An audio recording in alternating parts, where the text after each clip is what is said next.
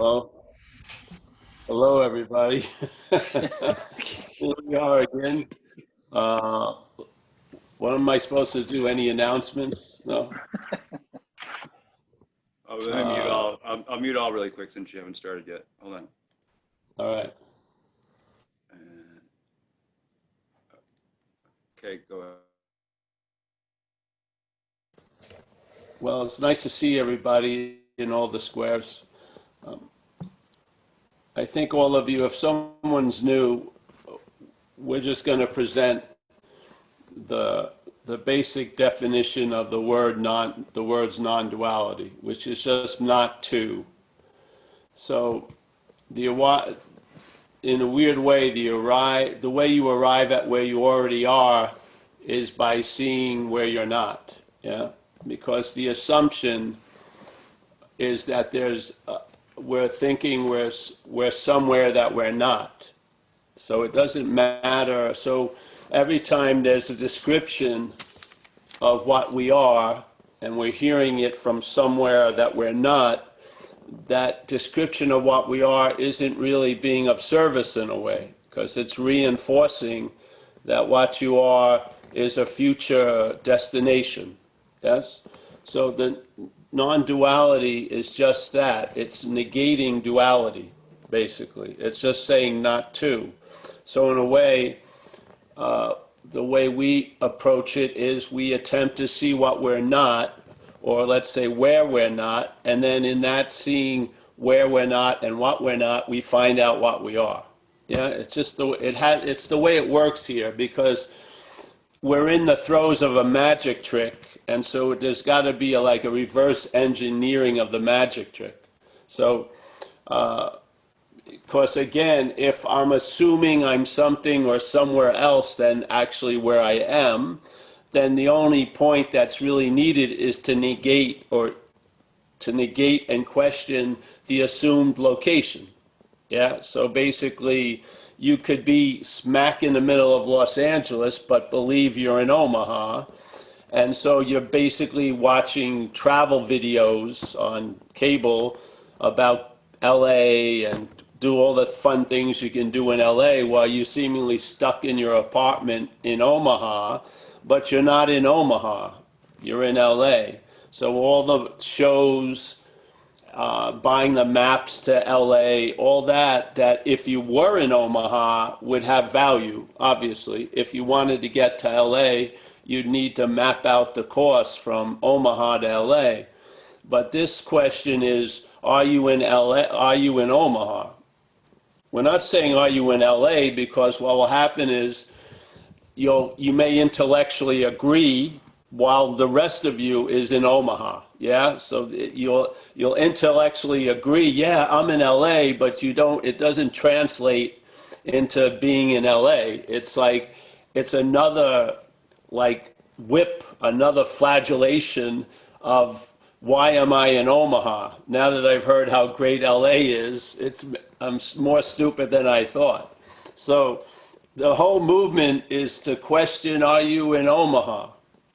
Yeah. Now, the funny thing is, the mental state is quite invested in being in Omaha, so it doesn't really receive the solution in open arms. Yeah, what you're not doesn't really want to get what it's not. Yeah, it just doesn't. It goes against its whole narrative and its whole basis of the interpretation in the story, and it really feels in time that it's got a huge investment in being what you're not. So can I have a little of what I am that I could sort of graft on what I'm not? Can I know what I am in those moments where it really sucks not to be what I'm not, or to be what I'm not? And then there's all these strategies, but it's just dragging its feet. Yeah, because if you're still trying to hear you're in LA from that which it believes is in Omaha, it's gonna slow the process up to a crawl. Yeah. So basically, non-duality is just negating duality, because the place that isn't a place and the activity that we don't really see ourselves doing is duality. It's dualism and duality. That's it. Yeah. So that's where we seem to take ourselves to be. and that's where we like to launch ourselves from, but we can't launch ourselves from that as that, yeah? So you get stuck. So non-duality, it's sort of like in AA, we say you drop an alcoholic into heaven, it'll be hell in a day, yeah? So people who are in this assumption of being something that they're not are going to turn non-duality to fit it, yeah? Instead of fitting the assumption around non-duality, it'll try to fit non-duality around the assumption, yeah? It doesn't work, yeah? That's all you need to know. It doesn't work. Now, if you listen to some people here in these different squares, a lot of us have tried to do just that. We heard non-duality like we heard everything else. And we figured, all right, I'm going to do me some non-duality. And so we tried, and then we thought we got it, which is intellectual, and then we were just trying to apply it from a skewed position, sort of like trying to get out of responsibility. Well, if there is no self, why do I have to go to AA? Because your body brains are drunk, you know what I mean? It's infected with alcoholism. You don't have to go to AA, but you're going to be a drunk non-dualist, yeah? It's just that fucking simple. So this whole idea is to, okay, so, all right, I got it, yeah? I'm definitely not what I'm not, all right? And so and then there's let's move on. You see, when you seem to get it, there's no moving on. Everything sort of stops. And then things relocate. There's not like, all right, let's get on with it. I'm going to now pursue being what I am. No, you don't need to pursue that. You are that, yeah? It's just, it's not like, all right, that vehicle's done. I'm going to get out and get on another vehicle. There's no need to jump on another horse when you realize the horse you're on is dead. You just realize the horse you're on is dead and see what happens. Yeah, there's no need to call for another horse or an extreme version or a radical. Just sort of sit with the recognition of the futility of trying to find out what I am from what I'm not. You know, just simple. Yeah, and it may be upsetting to what you're not for a little while, but basically everything that it goes through has a finite expiration date, and you're going to outlast it. Yeah, if you just don't act out, don't kill yourself, don't die, things are probably going to get a lot different. And in a, let's say, I don't say a better way, but in a broader, more expansive way. Yeah, and then things you believed you would have to like really fulfill a lot of requirements to be available to, you'll see that you're readily available to peace and shit like that. Yeah, things become obvious. So the idea with the non-duality is not only to point out that we may be all the while in LA taking ourselves to be in Omaha. Yeah? And what happens is, let's say you knock the mold that believed it was in Omaha, but then another one will come up and it'll be Des Moines or Hoboken. Yeah? It tends to keep trying to reassert its geographical position. And you have to just watch it, and if you stop taking it seriously, you don't have to whack the mole. You just see that's what a mechanical mole does. If you knock it down one hole, it pops up another hole. Yeah? So now you've seen the duality of selfing, I hope you have. You have, I hope it's actually triggered some ignition, but you've recognized the objectification of what self is, and now you've seen it playing the role of being the subjective self, noticing the objective self. That's duality. That's a beautiful example of subject-object.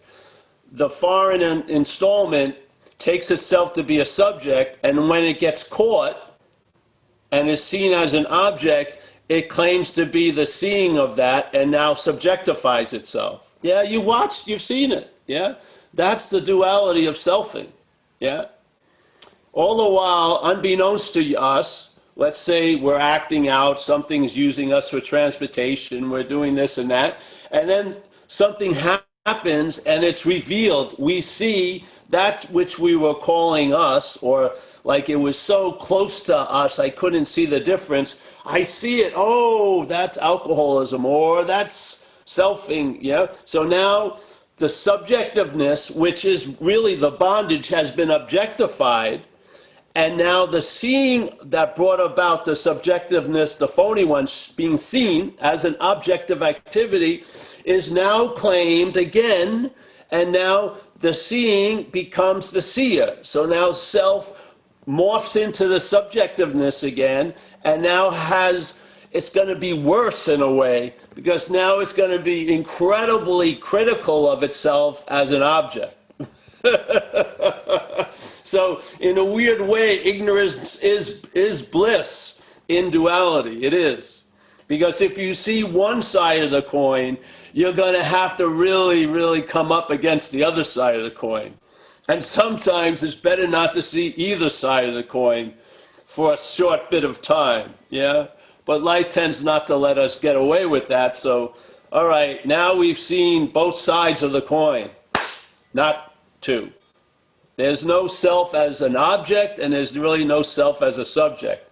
There's selfing. That's all there is. It's just a verb. When it gets caught, it says, oh, that's the object that was driving me crazy. All the while playing the role of you once again. If you catch it twice, now you can recognize the coin, yeah? So when the commerce of selfing goes on, you can see the counterfeitness of it. Either side will tell you, yeah? You've seen it. You've seen the both wings of the manufactured butterfly. You've recognized it. That's the point, yeah? And hopefully that's what we reinforce here. It's not good enough just to see self, because the seeing of self has been commandeered or claimed to imply another self you're not aware of, yeah? So non-duality isn't like only one side gets negated. Oh, all the negative, contracting, terrible shit. That gets negated, and then the other side is the only it's the only currency in my life. Yeah, no, they both go. There is no one that has this and that. There is no one. There's just the appearance of this and that. There's just an appearance of this, and then there's a mechanical interpretation of this as this and that. Yeah? And now you see it, and you come to terms with it. Yeah? So I wanted to read something by Ramana Maharshi. It's not by him, he said it, someone wrote it down. I don't want to show you the cover of this little thing, because then people want to buy it and, whatever. That's not the point. So here, it's a nice little, it's question and answer. I just wanted to read this. So some devotee goes, has man any free will, or is everything in his life predetermined? Okay? Good question. We hear it here quite a lot. Yeah? Hopefully not today. So he goes, and then Ramana goes, free will. Now this is in the dreaming. Free will exists together with the individuality. Yeah? The programming of being a long-lasting, independent, separate entity, there isn't a long-lasting, independent, separate entity. There's a programming that there was a long-lasting independent, and there will be a long-lasting independent, and that programming has a source code of free will. Yeah? There's no point wasting any time trying to convince the individuality it doesn't have free will. Just see, is there the individuality? Yeah? You get very clear about predetermination and free will, not from the individuality, not, looking from individuality. That's not where the wisdom comes. It's seeing there isn't individuality what brings you wisdom concerning free will and predestination and shit, yeah? So a lot of us we're jumping way ahead of ourselves. We want to know as an individual.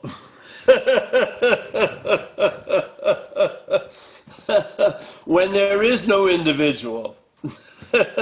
So he goes, all right, I'm going to say it again because it's so beautiful what he puts it. The free will is conditioned on the individuality. Yeah? If there's a sense of individuality, that sense of individuality, that's another sense it has. It's the programming. Yeah? You're not going to tease one, I want to be an individual and be super clear that I have no free will. Good fucking luck, you know? You're going to feel like you have it quite a lot. When you go to the coffee store or the ice cream or thinking of getting rid of one girlfriend and hoping to find another, all this. Not that I'm doing any of that, especially the third one.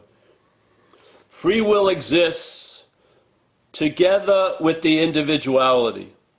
As long as the individuality lasts, in other words, as long as we're dreaming this dreaming and consumed about wanting to go to LA from Omaha when we're in Omaha already, yeah? This is going to go on. All the scriptures are based on this fact and advise directing the free will in the right channel. This is where people get confused. So if you feel like you need to do something and there's this program free will as the action figure, do the next right thing. Yeah? Where do you think one's real and the other's unreal? It's all unreal. Yeah? So to me, as an action figure, non-duality doesn't work. What works is surrender to a higher power. Yeah? As the action figure. Especially through the experience of alcoholism and addiction. Many times, this body had to surrender to the police and other situations. And I saw some of them, I did a better when other people in my life than I did. Yeah. So I had come to a conclusion, not a happy one, that I could turn my life over to a dog catcher and he would do a better job with it than I do. As long as you didn't have a vested interest in Paul, you'd probably do a better job in running Paul's life. So came in recovery, the ladder, the rope was surrender. And I was fucking totally clear about it because this is not managerial quality. Yeah? So on this level, surrender is the fucking key for the action figure. Now, recovery allowed something to occur where I was losing interest in the action figure, and then another possibility came up, which was, hey, there really isn't a long-lasting, independent, separate entity. It probably wouldn't have come up if I was shooting cocaine and the cop running after me down the alley, or I was trying to not pay alimony, whatever. Probably that possibility would have never landed anywhere, but because the action figure got subdued by this thing of, hey, I can't, some power can do for me what I can't do for myself. And he's talking about it right here in his own way. He says, where it says, so long, all the scriptures are based on this fact and advise directing the free will in the right channel. This is totally for the action figure. Yeah? The action figure. This whole activity. Yeah? So he goes, find out who it is who has free will or predestination and abide in that state. Yeah, that's what we're at now. Yeah? All right? Let's find out. The free will allows you, it opens you up to ask, who is it that has the free will? That's its value, yeah? The idea of who thinks has a predestined life, it's not to be right or wrong about that, it's to use that to ask who is that believes it has a predestined life. So you see, you're not that, yeah? It's not about being all of what you're not and then fucking debating free will or not. It's using the sense of free will to ask, well, who has the sense of free will? That goes somewhere. Because there's a sense of free will all day. The head is assuming it can choose from a mocha to a latte. Yeah? The programming. So you use it to ask, who is it? Because the way self is produced is that which comes after is used to imply something before. Yeah? So here you go. In the sense of being an individual, the free will comes after. So we're using, and the free will is used to reinforce the idea that you're a long-lasting, independent, separate entity. We're going to use it for another means. We're going to ask, well, who is it that has free will? Yeah? You see? The free will in the mental condition is being used to imply the one that's before free will, which is you. That's what I say all the time. The whole magic trick of selfing is that which comes after, which is you. Yeah? So what comes after the idea of free will is you. In other words, the claiming of the free will implies a you, and then that you is presupposed to be before. So now you, that came after self-will, is debating, do you have self-will or not? You see the insanity of it? The individuality is implied by free will. And then the individuality is presupposed, and now the individuality thinks it has free will. And now it's going to debates to see if it's right or not. Yeah? Question, So he says it so beautifully. So find out who it is who has free will or predestination. Do you see how he moved from the importance of free will and predestination? He went right to the point.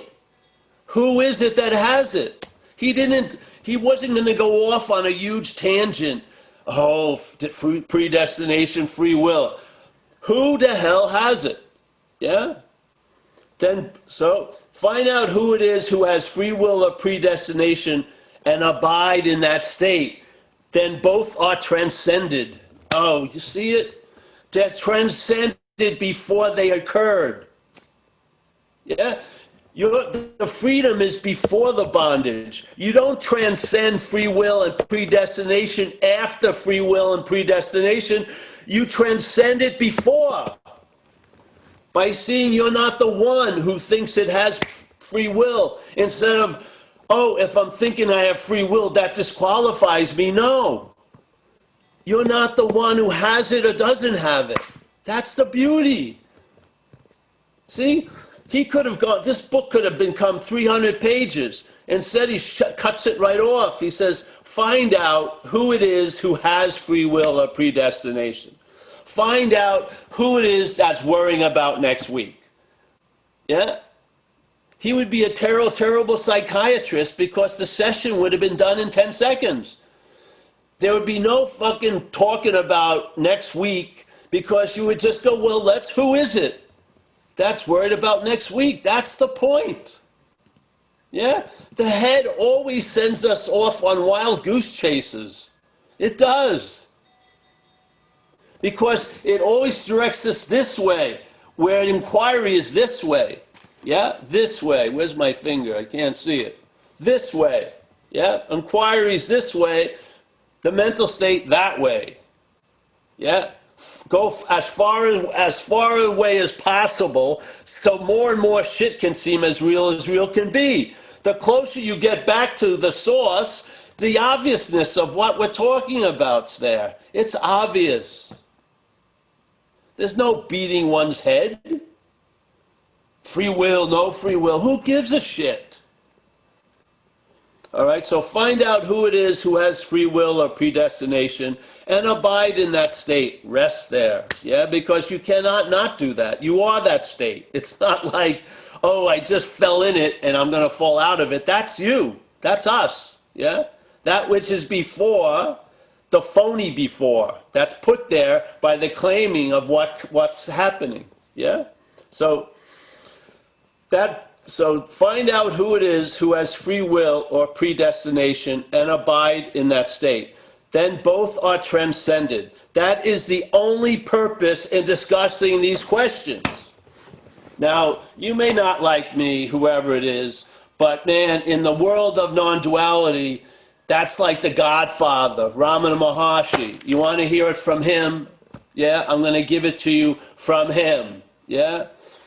Find out who it is who has free will or predestination and abide in that state. Who has intention or motivation. Who has desires or hatreds, whatever. Whatever you want to say after.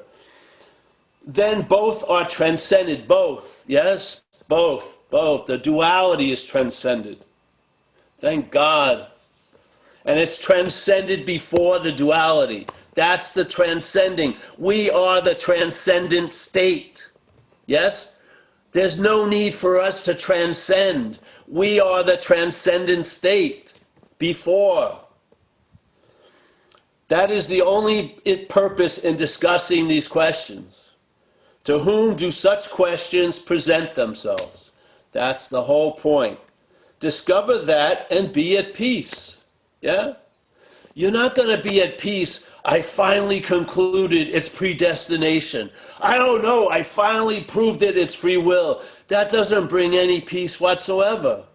You just have more knowledge. Yeah? So he goes here. The only path of karma, bhakti yoga, and jnana yoga, which is the whole yogas of the Hindu system, yeah, is to inquire who it is who has the karma, yeah, who has all this shit. That's the point. Devotion is beautiful. You can also ask it, well, who is the devotee? Yes? Instead, the devotion's there, and then you're trying to glom it onto something after. Well, I was devoted to Osho, now I'm devoted to this, and now I found the best one to be devoted to is a dead master because there's no trouble there. Yeah? But the question, the devotion is what's happening. Ask who is it that it's happening to. That's the point. So, the only path, through this investigation, the selfing, he says, the ego disappears and the state of abidance in the truth in which none of these negative qualities ever existed remains as the truth, as always. Yeah? So, instead of first there is the mountain, we're going to put first there is no mountain. And then let's enter the Zen University with the knowledge, first there is no mountain. Then the presentation, there's a mountain.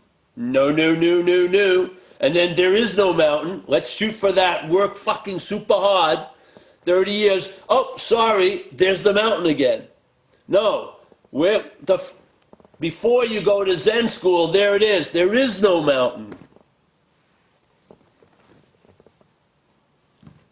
And then watch once. Of course, that doesn't...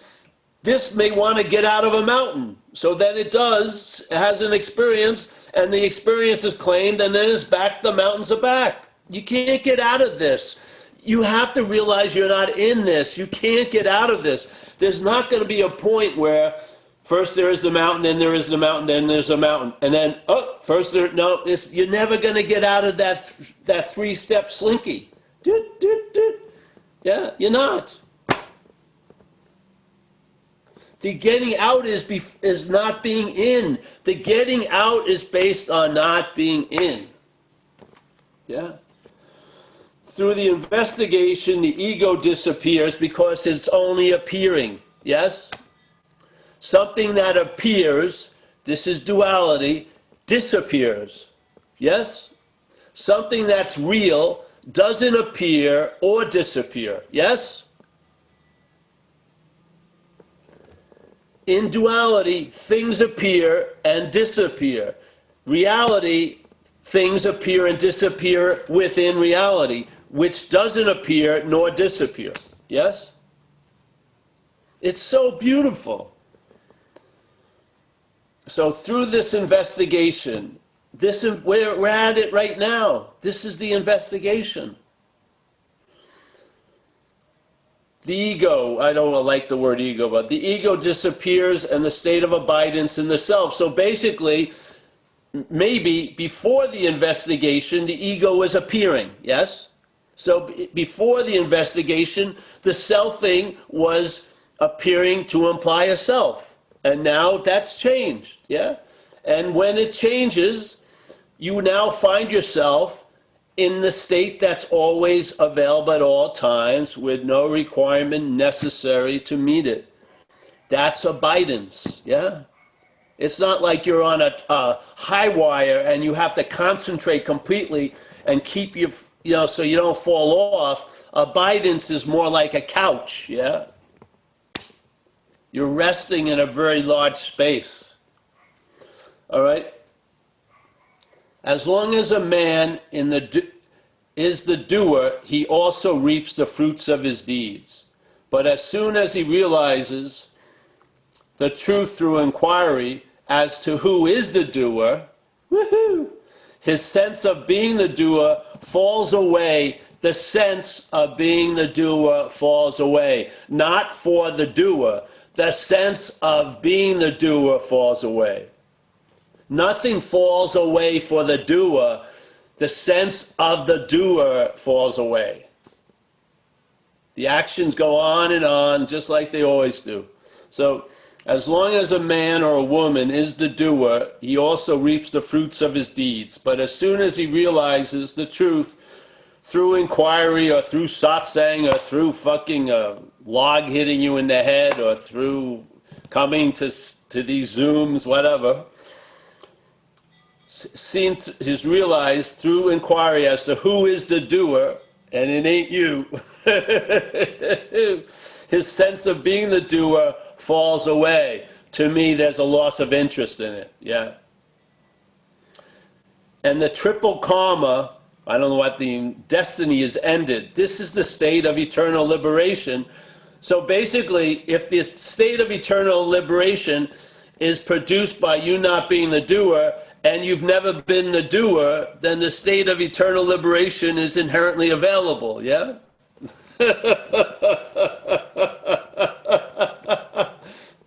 I mean, it sounds like, hey, when there's the sense of the doer, when there's a believing, when your hand is up the glove, then that glove is not destined for eternal liberation. But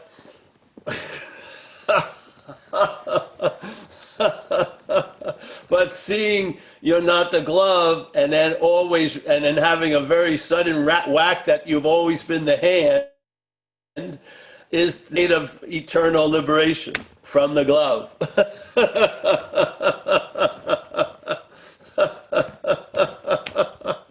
So we are all really being knowledge bliss. Yeah, this is not me, Ramana. Yeah. I should have the grandpa's picture. Ramana, we are all really Satchidananda, being knowledge bliss. But we imagine that we are bound by destiny and have all this suffering. See, then an English guy, Arthur Osborne, asked him a question. Why we imagine this, why this state of ignorance comes over us.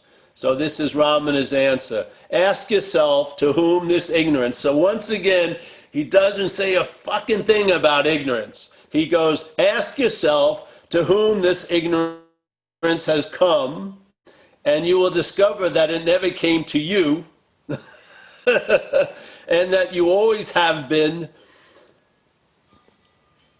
whatever the thing is, being knowledge and bliss. One goes through all sorts of austerities to become what one already is. All effort is simply to get rid of the mistaken impression that one is limited and bound by the woes of suffering.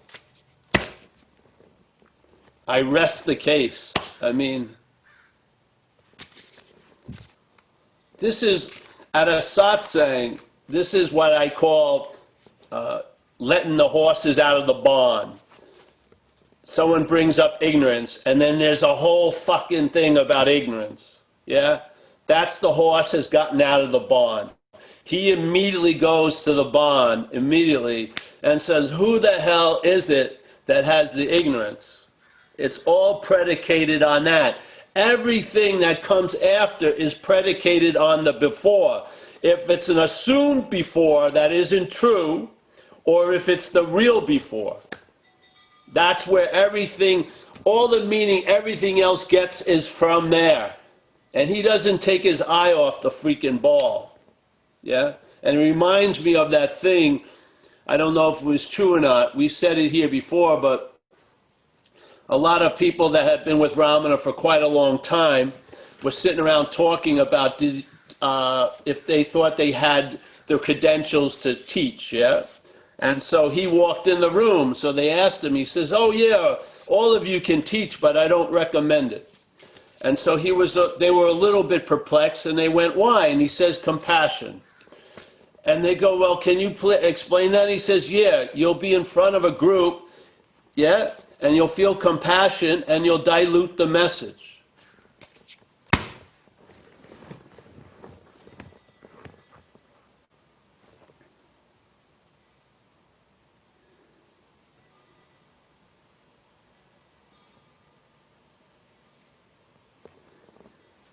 All right, that's that, eh?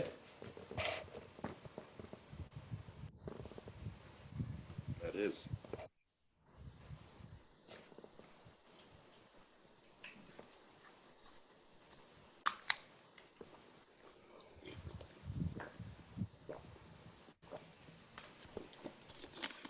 I'm going to read it again. Hold on. It's only a page. Yeah? Okay, here you go. I'm going to go a little bit earlier. This guy, Arthur, asks him a question. Then what responsibility, what free will has man, is everything is predetermined? So Ramana goes, why does the body come into existence? It is designed for the various things that are marked out for it in this life. It's our seed assignment, seemingly, yes? The seed assignment is this. The body comes into existence. It is designed for the various things that are marked out for it in this life. Yeah? So impressions are going to seek expression, and we're that. We don't know. We're not the source of the impressions, but we are impressions that have been impressed upon mind have now seek expression. And this is our seed assignment. Yeah? This is our life. All right? Has man any free will, or is everything in his life predetermined? Free will, Ramana, free will exists together with the individuality. As long as and he's putting it in the right linear first and second, the next sentence. As long as the individuality lasts, so long is there free will. So the free will, yes? The individuality is the source of the idea of free will. Having the free will is used to reinforce the one who has the free will, which is the individuality. Yes? You see it?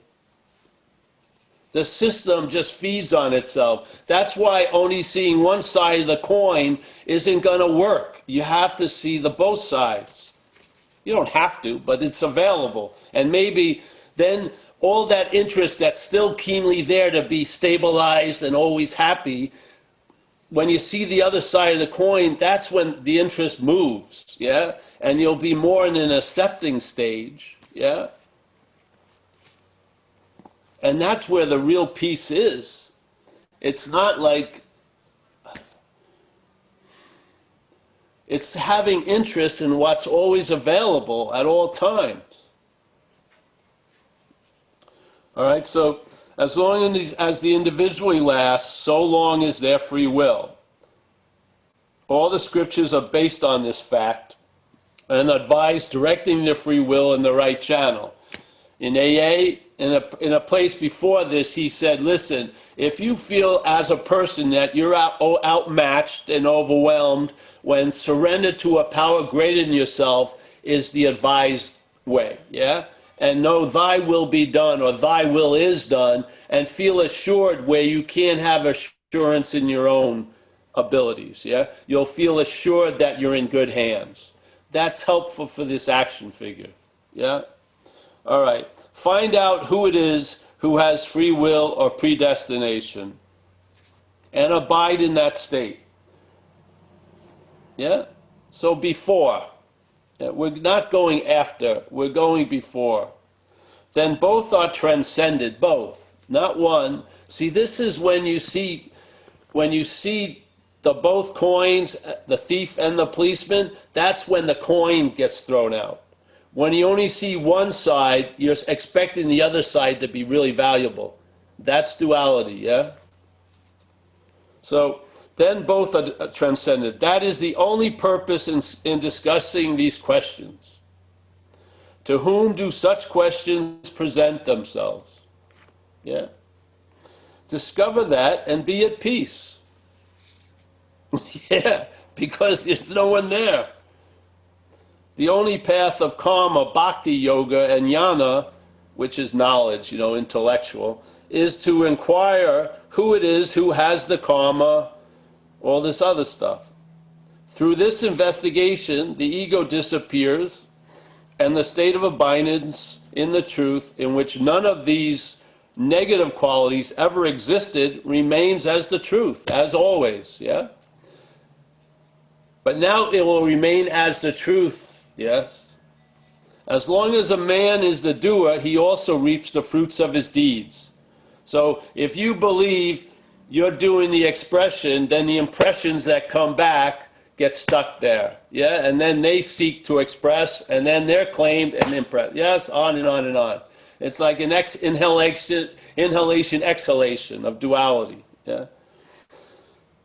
So he realized as long as a man is the doer, he also reaps the fruits of his deeds. But as soon as he realizes the truth through inquiry as to who is the doer, his sense of being the doer falls away, and the triple karma destiny is ended. This is the state of eternal liberation. We are all really being knowledge bliss, but we imagine that we are bound by destiny, time, and have all this suffering. So then the guy author goes, why we imagine this, why this state of ignorance comes over us. Bhagavan, ask yourself to whom this ignorance has come, because you could have gone off on a huge tangent. Why does this ignorance come over us? He just completely short circuits it and goes, ask yourself to whom this ignorance has come. And you will discover that it never came to you, and that you always have been this being knowledge bliss. One goes through all sorts of austerities to become what one already is. All effort is simply to get rid of the mistaken impression that one is limited and bound by the woes of samsara. Yeah? One goes through all sorts of austerities. One goes to all sorts of tutorials and maps and hiking gear and car maintenance to go to LA from Omaha, finally realizing you're not in Omaha and recognizing you're in LA. And when you recognize you're in LA, it's very clear you never were in Omaha.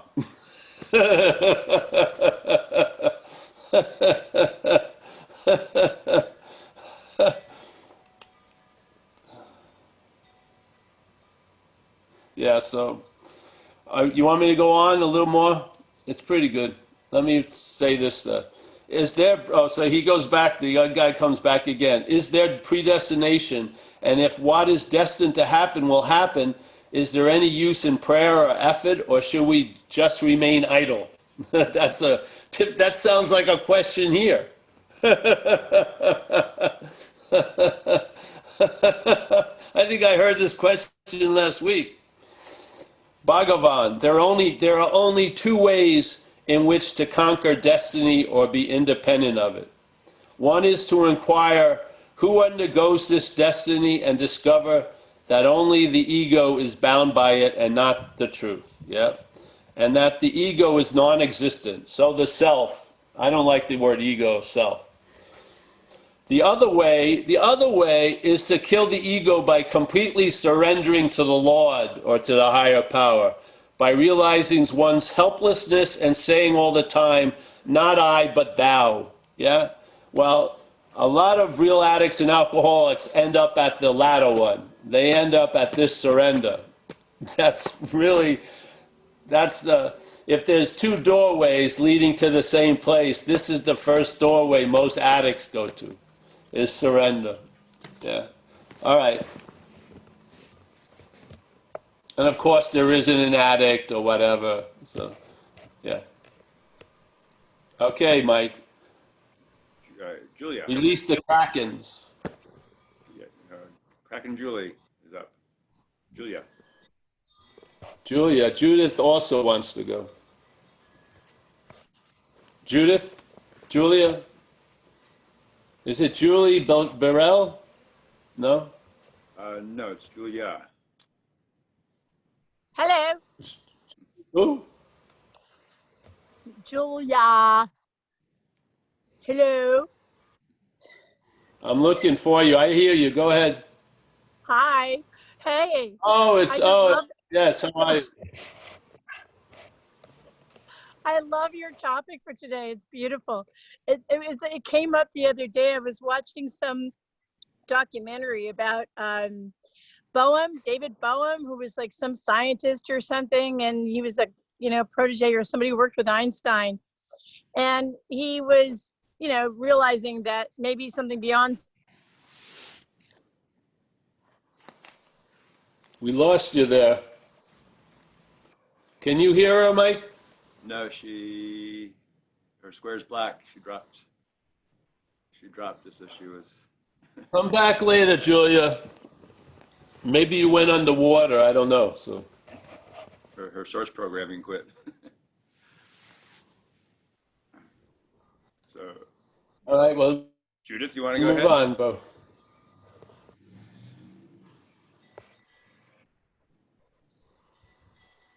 She's not. Judith?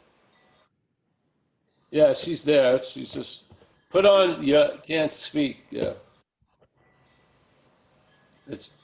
She's right next to you in the square world, Mike. Can't hear you yet. And we're having technical difficulties today.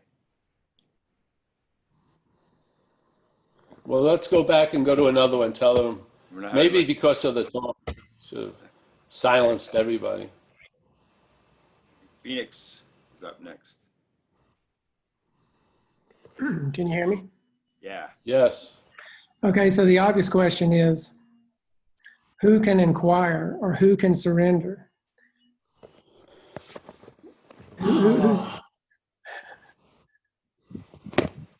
Well, just go take a step back and ask the same question to that. Exactly. You just keep going, keep going and going.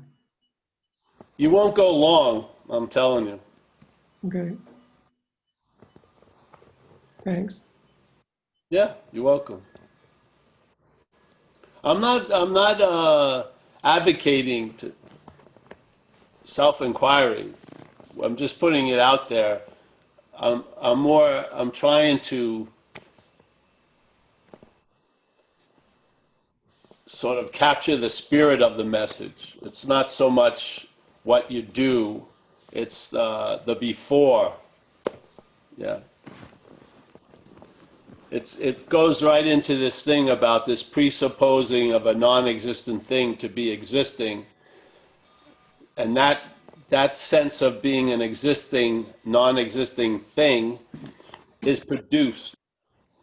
It comes off a conveyor belt, but when it's a shiny new product, it gets presupposed before everything.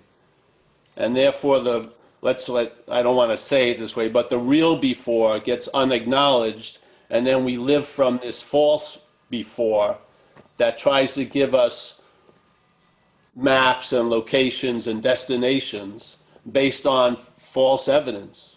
Yeah. that feeling of when the sense of doership is questioned and you feel you're not that, that's where the abidance is. That's the before.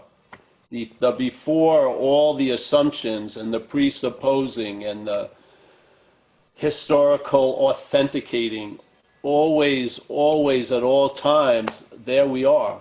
Yeah?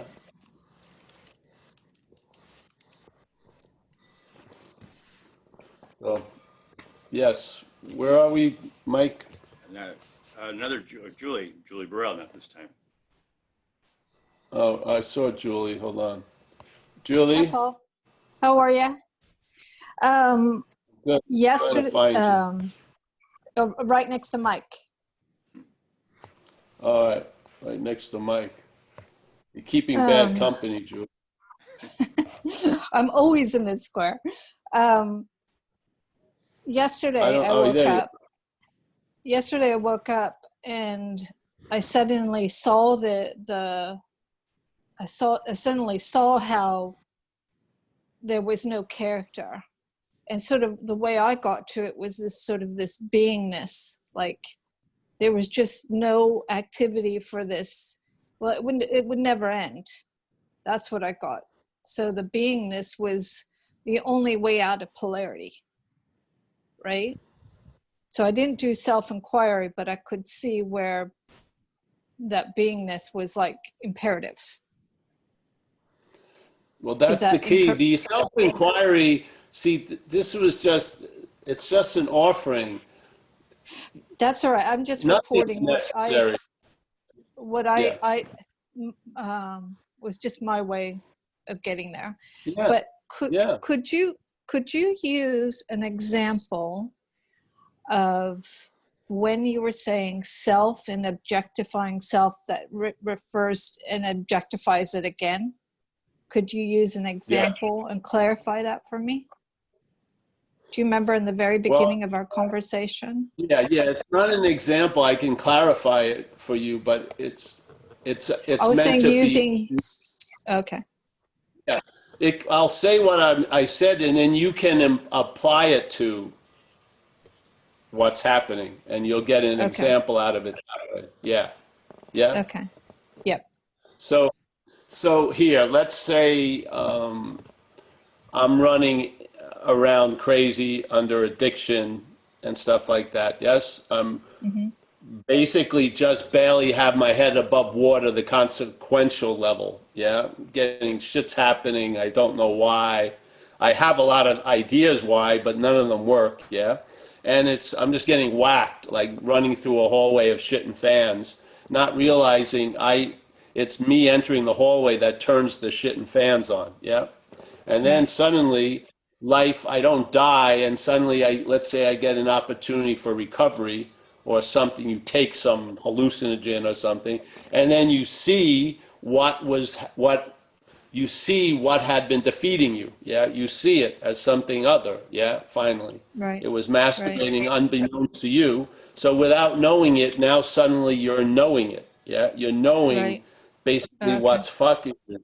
So that would be the objectification of Okay. selfing. Yeah.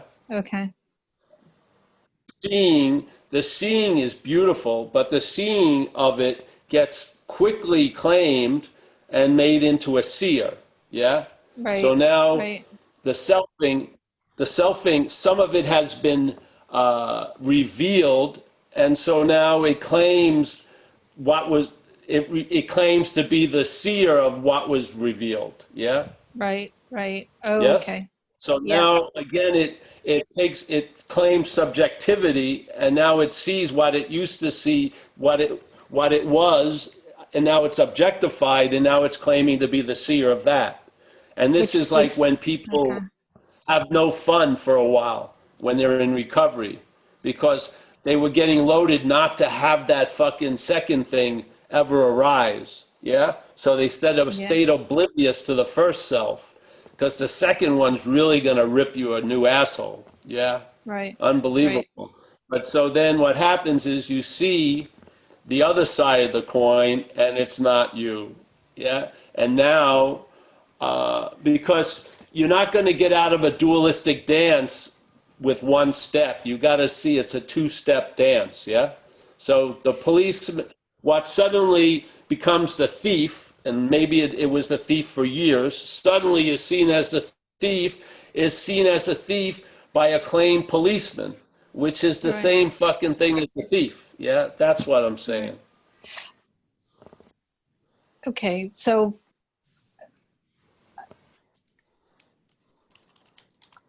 part of more, I've never had that.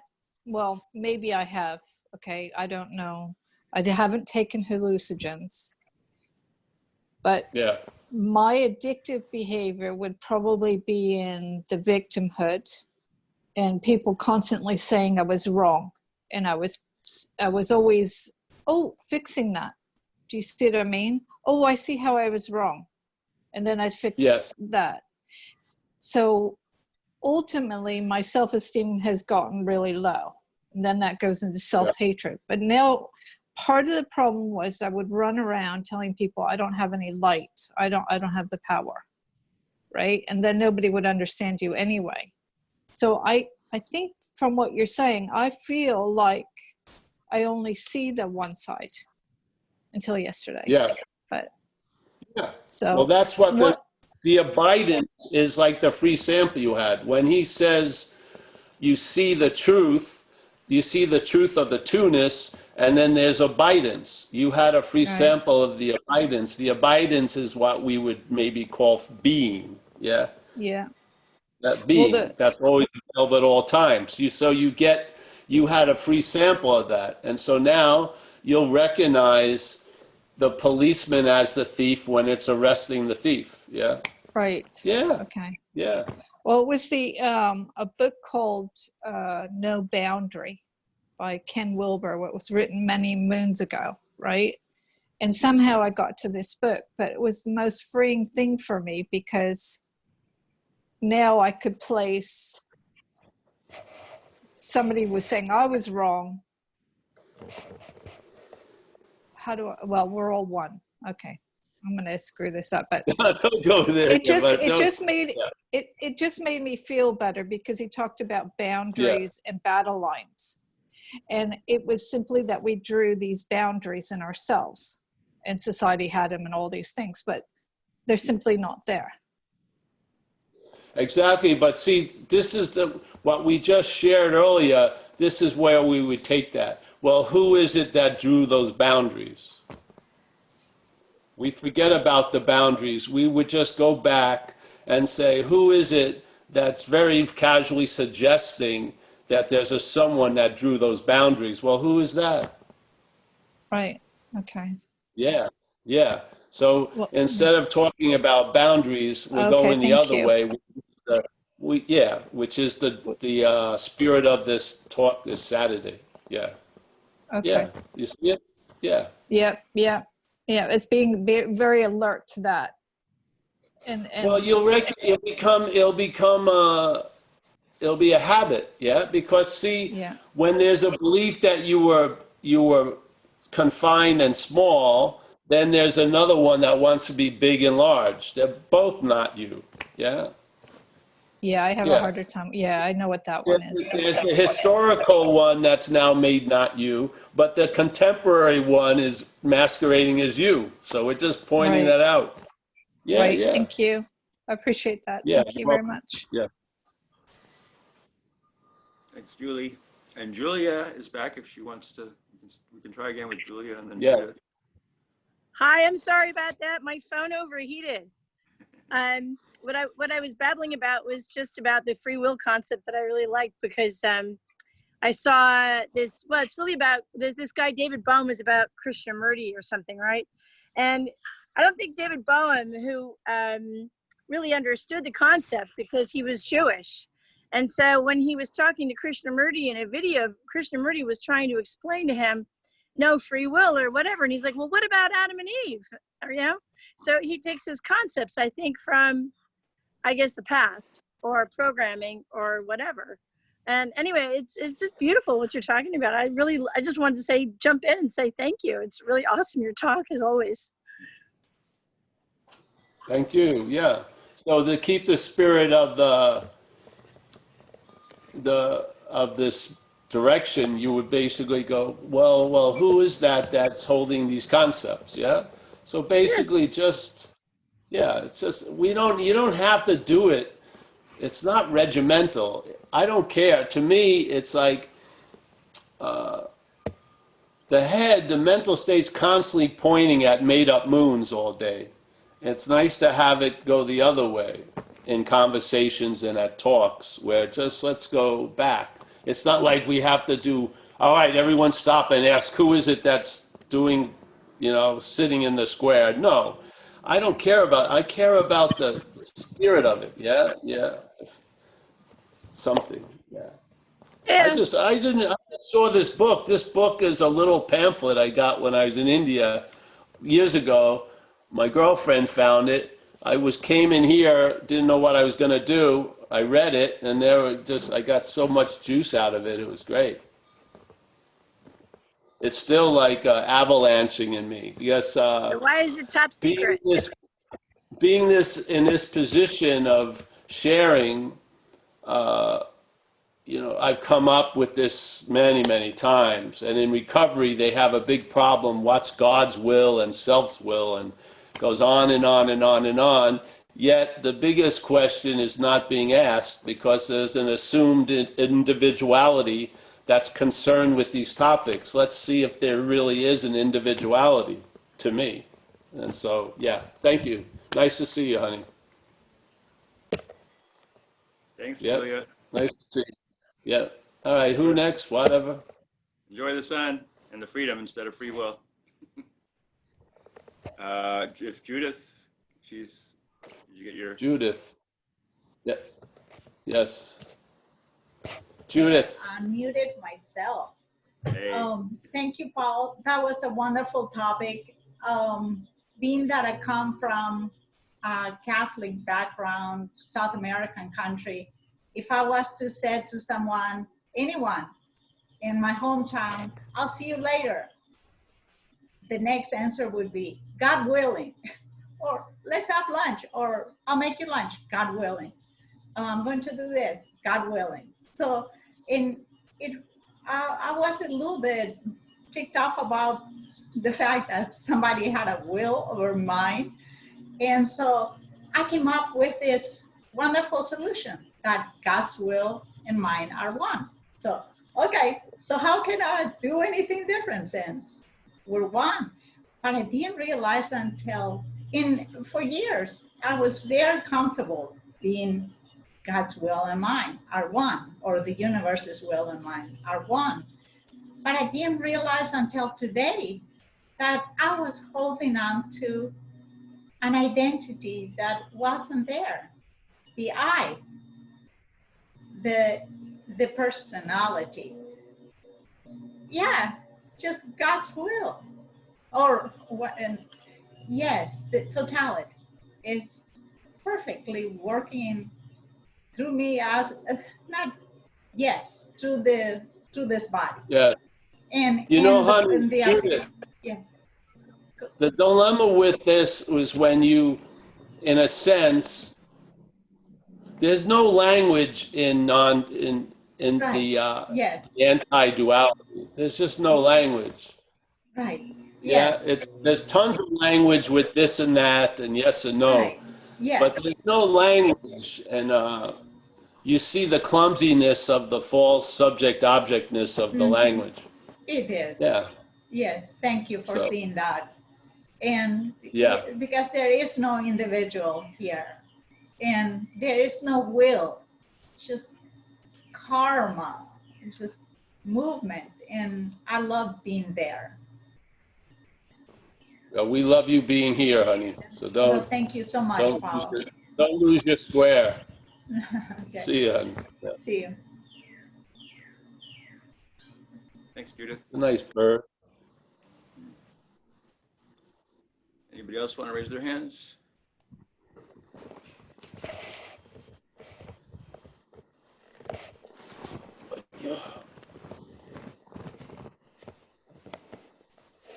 Wow, that's great. We We've been beaten into silence.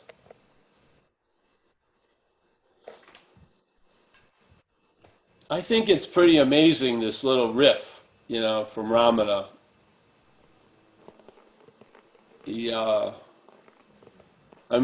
incredible how excited you can get from a little pamphlet from India.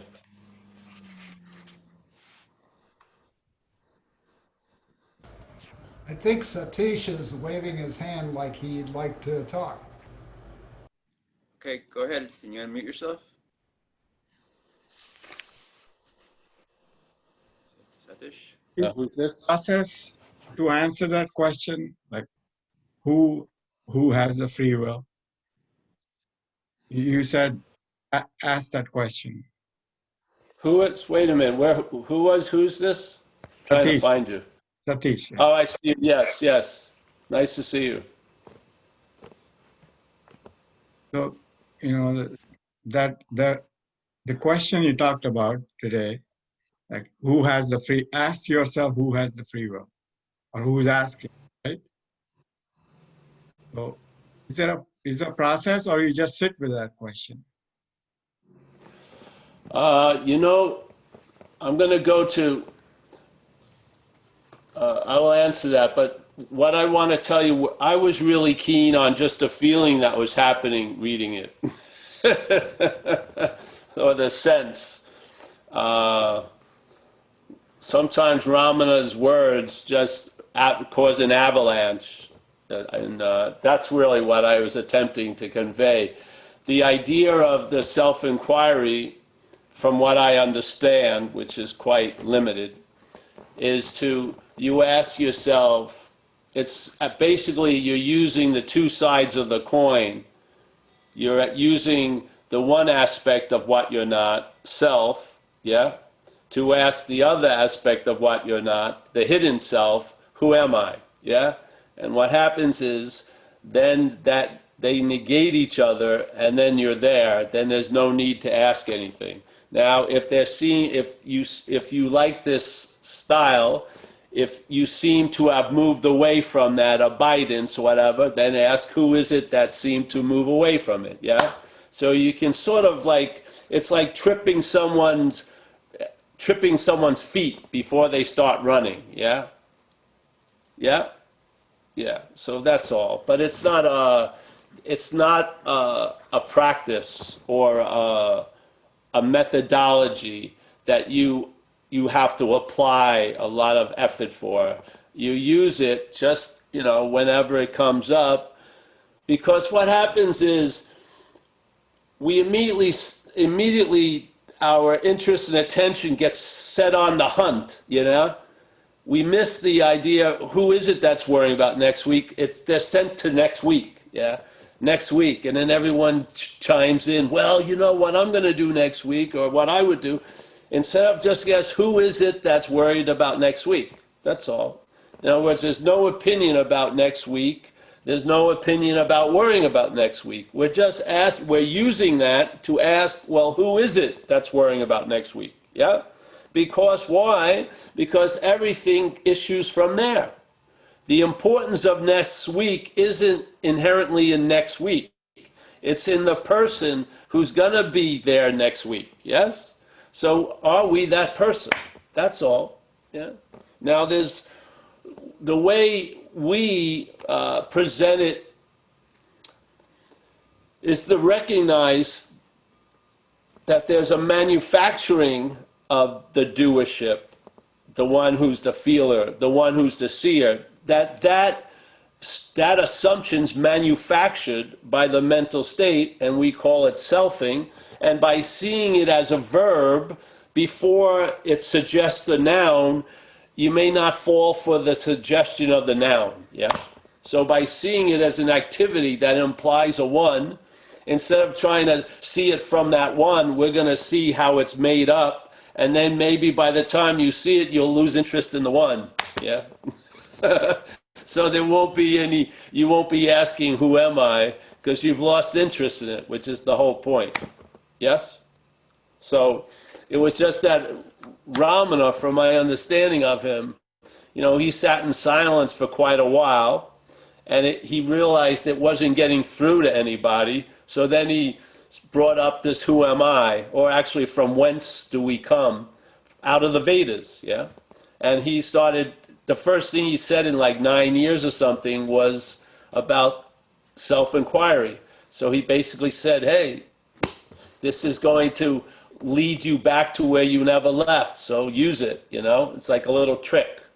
So self, the one thing that we call self and we feel like we recognize it, is now going to ask the self that's hiding in the bushes, "Who am I?" Yeah? So you're using the two sides of the coin to negate the whole currency. Yeah? Instead of just coming from one side of the coin, yeah, you're using both. So that which you're not is going to ask that which you're not, "Who am I?" And then that which is implied to be appearing, not even now, mostly you were appearing and you're going to be appearing, it disappears because it's just that. It's an imaginary appearance, yeah? So it's seen through, so the two selves negate each other, and there's the abidance. And then hopefully the free sample informs you it's always been this way and it's never not going to be this way. And so all the other ways that arise in experience and emotion changes and shit like that will not convince what you are that changed, yeah? That your ground of being is solid. It's always available at all times, right where you are, with no requirement necessary, especially from that which you're not. So, yeah, but I was never a practitioner of self-inquiry. It was just I was reading it today, and more for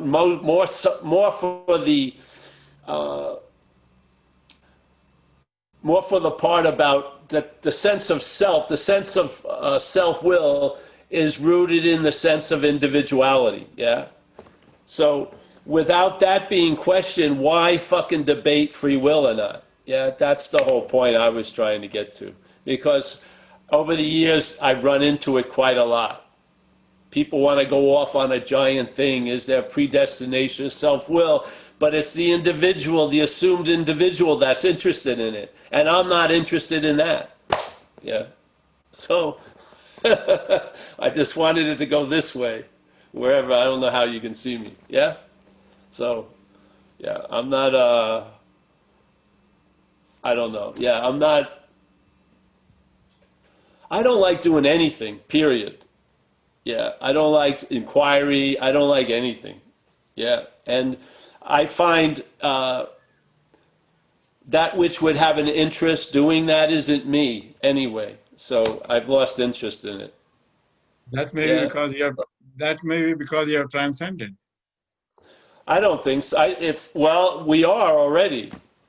Yeah, like he said, that is our inherent state, is transcendence. Yeah. What happens is, as an assumed state, we're trying to have a transcendence. That doesn't work. Yeah. So you lose interest in Paul, who wants to transcend, and that's a transcending of Paul, and that's the real transcendence. And because there isn't a Paul, that transcendence is actually the inherent state. That's how it sort of plays out. Yeah. Yeah. Thanks, bro. It's nice to see you again. Yeah. All right, Mike. I thought I was getting out of here early. Now it just got another life. Well, you don't have to travel to the meetings anymore, so you got the time. Oh, thank you for letting me know that. Who was it that thought it didn't have time? Exactly. Yeah. Anybody Well, else it's wanna hot raise in their hand? here. Who's asking for hands?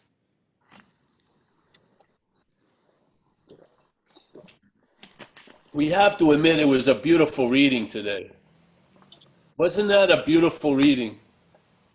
Yep. Yeah? Just sit just for a second. It was a beautiful, beautiful demonstration of question answer. Yeah. Beautiful how he constantly brought it back to the assumed appearance of solidity, and just let's question that, yeah. And then the other shit you'll find out it's on a need to know basis. Maybe it's your need, you're in a need to know, or probably you're not. And so, yeah, yeah.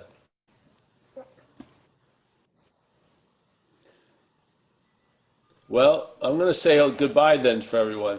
Hey, George, Mr. and Mrs. Void, that little riff was worthy of the void. Yes, that little riff was worthy of the void, for sure. Mike, thank you so much for everything, as usual. Judith, yes. Yeah, just roll along, honey. Yeah, yeah. I have a bumper sticker that says, what is it? What's that emptiness? Never mind. I forgot it. It's nice to see you. We got Dennis and Al. Al, yes. Keep me abreast of your adventures. Rob Middleton, yes. Rob Middleton, nice to see you, Rob. Barbara and Roman. Barbara, Roman is stunned. Yeah, he's all right. He's going to have to get over this. Sylvester Fraser, nice to see you, Sylvester. Julie, pleasure. Let's see, Johans, fantastic. Ben Clark has made an appearance once again. He's facing the other way now. That's a huge seismic shift. He's usually laying the other way.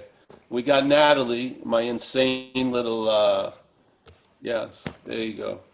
Dancing on the rim of the dream catcher, baby. Woohoo! We got Michael. We got Sanya. Nice to see you, Sanya. Raju. We got number 944272. Yes. We got Satish. Thanks for the question. Raju. Yes. Nice to see you, honey. Yeah. We got Z. Z, later on today, hey? I'd like to come over. Work it. We got Richard. Nice to see you, Richard. You got a lot of Buddha behind you. We got Peter. Peter from Seattle. That lovely little house. Say hello to your lovely wife, Peter. Yes? And that big cat of yours. All right, we got Mike. Mike, nice to see you with the guitar behind you. Gary from Into the Void. Nice to see you, Gary. Jack G. Thank God he's behind the wheel. Thank God he's not moving. We got Phoenix Elroy. Nice to see you, Phoenix. Yes. We got Yariv. Nice to see you, Yariv. Fritz. Fritz.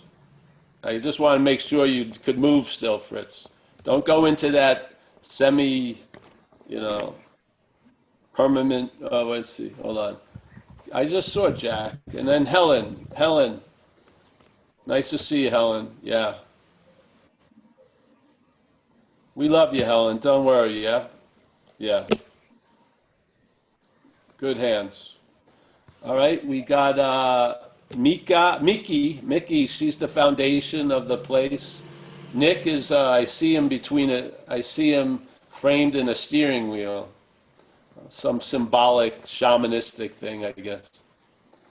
We got Kerry, it's breaking you, Kerry. Keep it real, Paul. Yes, you're getting broken, Kerry. Yeah, it's nice to see. Zoe, nice to see you, Zoe. I hope I run into you guys someday live. We got Andy. Nice to see you, Andy. We got Malcolm. Looked like he's he's in a hammock. I should do that myself today. We got, which one is, I got to see this. I don't want to miss it. Is it Tona Dams? Nice to see you, honey. Twan Adams. Tona Dams. Weird. Twanette. It's nice. Whatever. It's nice to see you.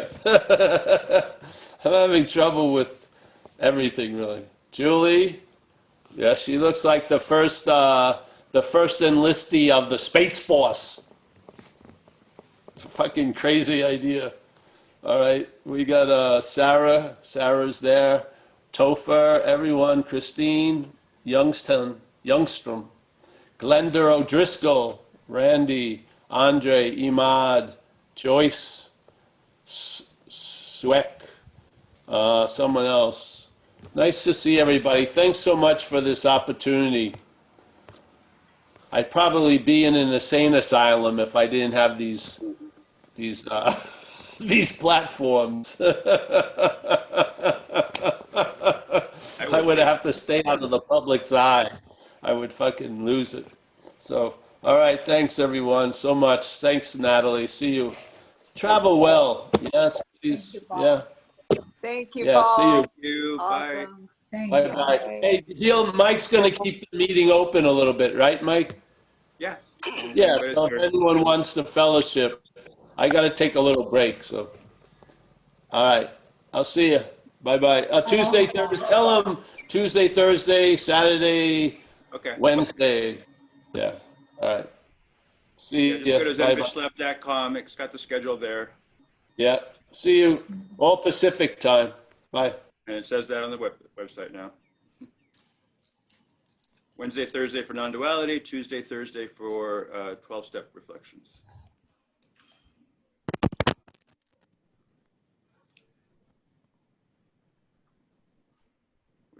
Hey, Nick, can you talk?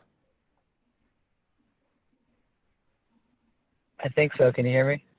Yeah, yeah. How come you started off I got- inside, didn't you? I did. I'm all over my work site here, and I have the screen on one screen, and I'm talking through my phone, so Oh, it took I a was lot to wondering get about this that. together. I get it. Yeah. Okay. Hey, so it looks like I've been replaced by some beautiful plants. I got to replace you with something while you're not here. They look better than I do, I think. Maybe I'll stay off screen next Wednesday night. No. These are the ones this is the third year now. I brought them to the meetings for the first time 2 years ago. Yeah, I remember. Remember? Okay. Yeah, they look better there with the background and then your blue shirt and Totoro. It's a nice scene, work of art. Yeah, physically, it's a lot easier, right, than carting them around in the car.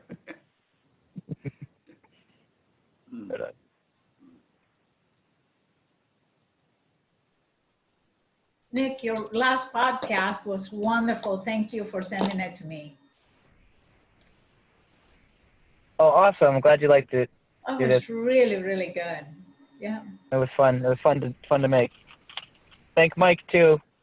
Yeah. Oh, yeah, Mike, for sure. Yeah, I started thanking him earlier before the Cool. show, but yeah, for sure. My what do you call it? It's my freebie. I get to, get to sit in. Hey Z, you trying to talk or are you saying bye?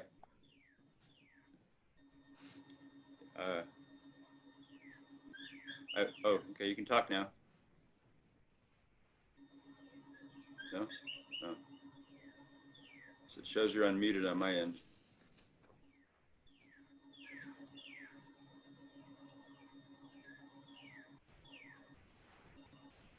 Oops. I like what you texted earlier, Mike, about the skillful means. Yeah, I was just surprised that the person was not getting it, so to speak. Yeah.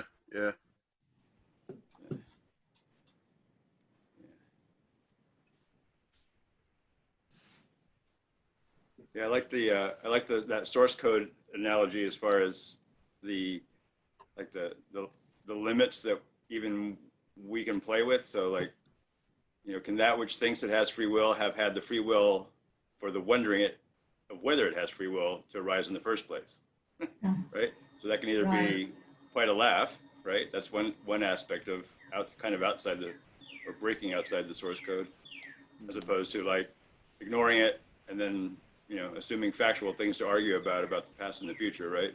that would be going back into the source code. But I think it would be quite funny. It is. It's amazing the amount of walls or misconceptions, cobwebs, whatever it is that we put up before our true nature is just, and I love his ending that, oh yeah, oh, when we're saying, oh, when Paul said in so many words, yeah, it's getting over yourself. That's the liberation. Yeah, like a cold. Getting over a cold. Darn. Really that simple? What, No, what there must am have I been some reason. Go ahead, say. I was like, no, there must have been some reason for it. Why?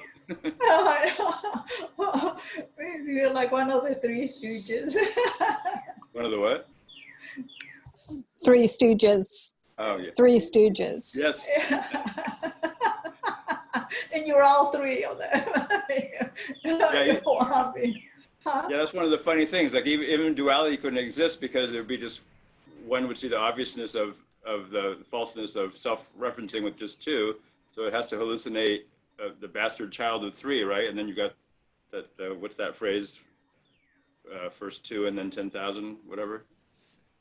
So Yeah. I mean, even duality wouldn't be confusing. It would end immediately.